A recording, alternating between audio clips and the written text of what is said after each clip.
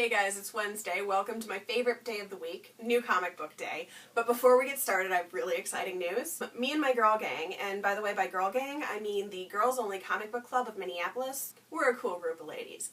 Anyway, we're gonna road trip down to C2E2 all together, en masse, as a group. We're gonna be rolling around the con. If you want to hang out, tweet at me. I'm at EOTU Comics, or just stop me and say hi. I'll be the one that looks like this. Anyway, let's get started talking about some of the books that come out this week.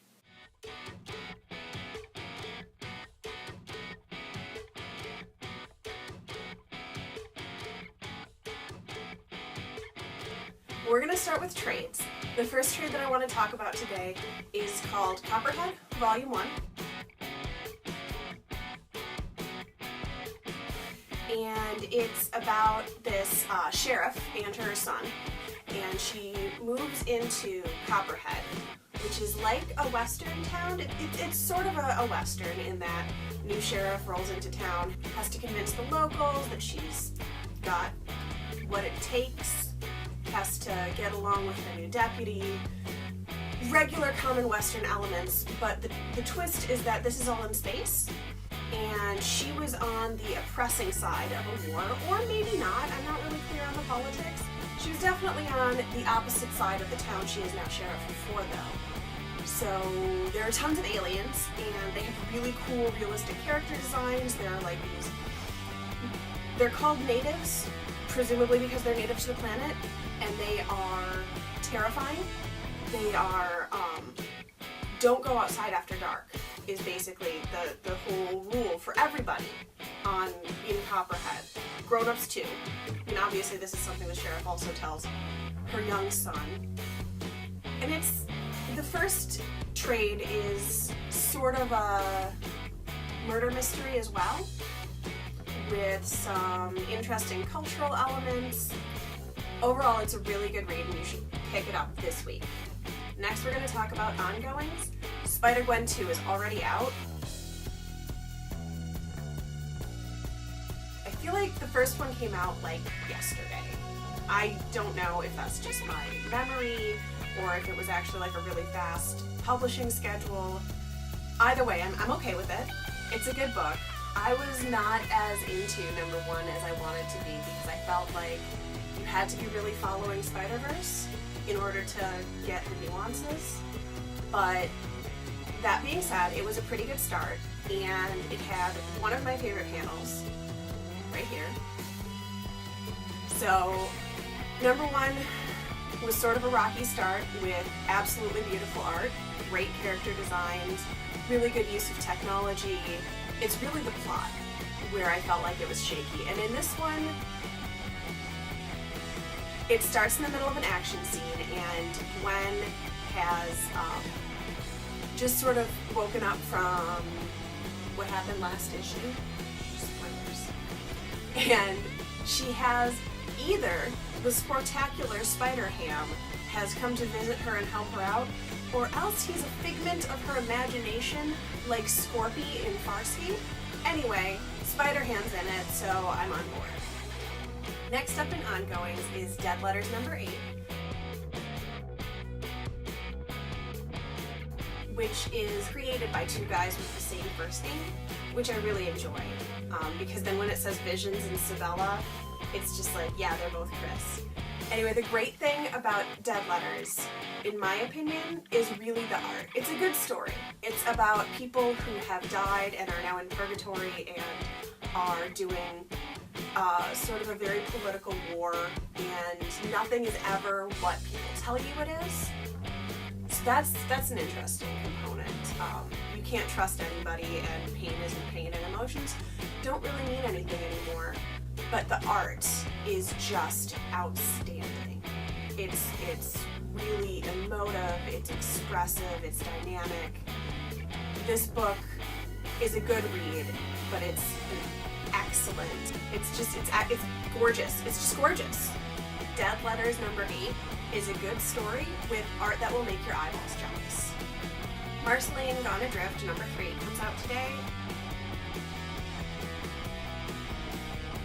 And is sort of suffering a little bit from issue number 3 syndrome, where it's no longer building the plot, but it also can't really resolve anything yet.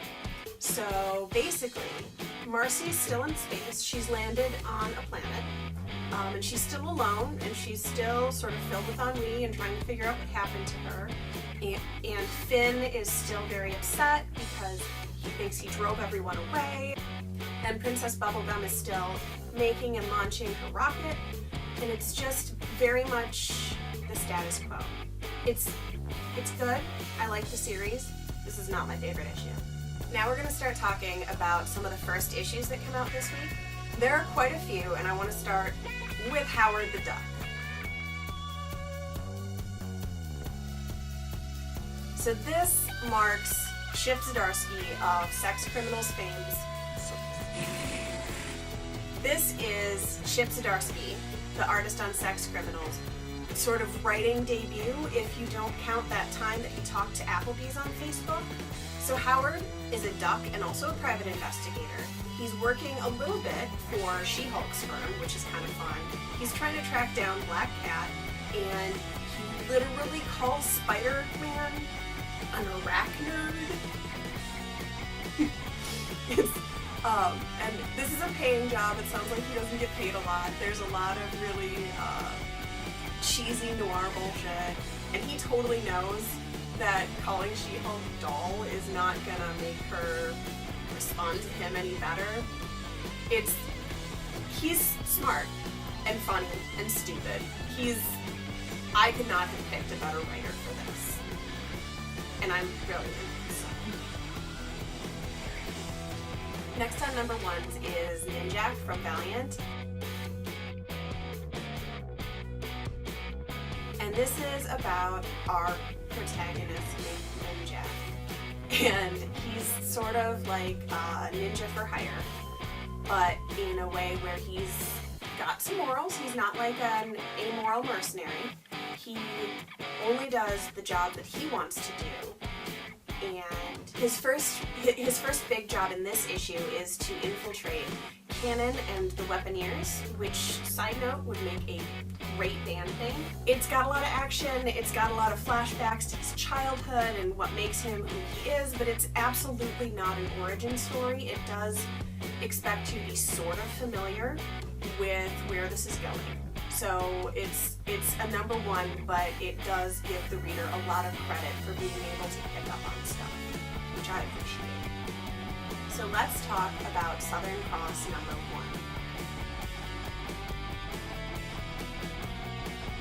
It's by Becky Cloonan, who is a great writer. She's been doing a lot of really interesting things recently. And what I like about this is that it's so different in tone from, say, Gotham Academy. It's very dark. I don't want to say gritty because I feel like that's overdone, but it's very working class.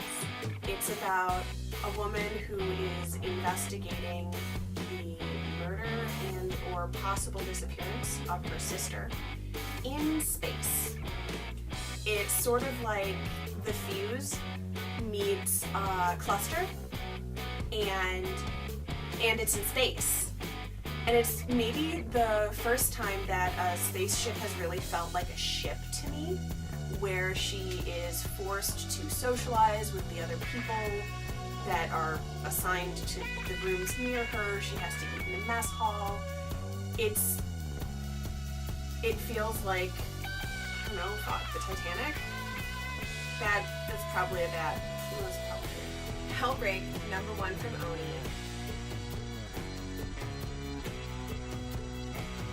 Is about which you should infer from the title, obviously. And it sort of starts with a lot of real-world stuff going on, and a priest, and an exorcism, and what possessions could tether your child to this world, and yada yada. But what's really important in the story is what's happening sort of beneath the surface. There's a SWAT team situation, and they are trying to break a soul out of hell. Maybe? I'm still processing this one a little bit, but it's beautiful, and there are these horrible demons that have, like, hey, remember is it Alien where the mouth went like this? Yeah. So some of the demons in this are like that, the alien with the bleh, only that's all of their head. They don't have more than just the bleh mouth. So it's terrifying, and it will give you nightmares, and it's really good. So definitely pick up Hellbreak #1. The book of the week this week is a #1. It's called Surface by Alesh Kott. And it's got all of these really great literary references to the Beat Generation, including specifically naming William S. Burroughs, author of Naked Lunch, which is like a trip and a half, like fuck. And also referencing all of these more modern literature and comics that reference the Beat Generation, sort of a meta, not really meta thing that's happening. Again, specifically naming Transmetropolitan, well, specifically naming Spider-Jerusalem. Anyway, it's about the president's son and his boyfriend and their girlfriend, and their trip to the surface is what it's called. And the surface isn't exactly defined purposefully. The narrator is fucking with you, which is to say that Alesh Kott is fucking with you. It's gonna fuck with your head, and it's really well done. It does a thing that comics don't do a lot of, and that's combine images that are not cinematic. It uses a lot of the cinematic panel layouts that we are accustomed to, which is why we, for instance, use film theory to discuss comics so often, but it also does things like insert articles and newspaper images, and it is very much thinking outside of the box of cinematography. It's just, and it's beautiful, and it's well lettered, and it's a really solid #1. Surface, you should be picking it up. Okay, that's it. That's our show. I was Katie Rex for the duration of the show. Don't hosts always say it in the past tense? I'm not sure I ever got that. Anyway, I've been Katie Rex.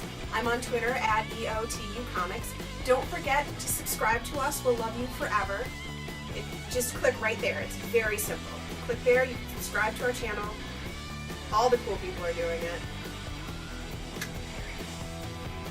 And if you feel like we missed anything this week, make sure to let us know in the comments. If you think that we are missing something consistently, let us know. Just talk to us. We want to hear from you. See you next week.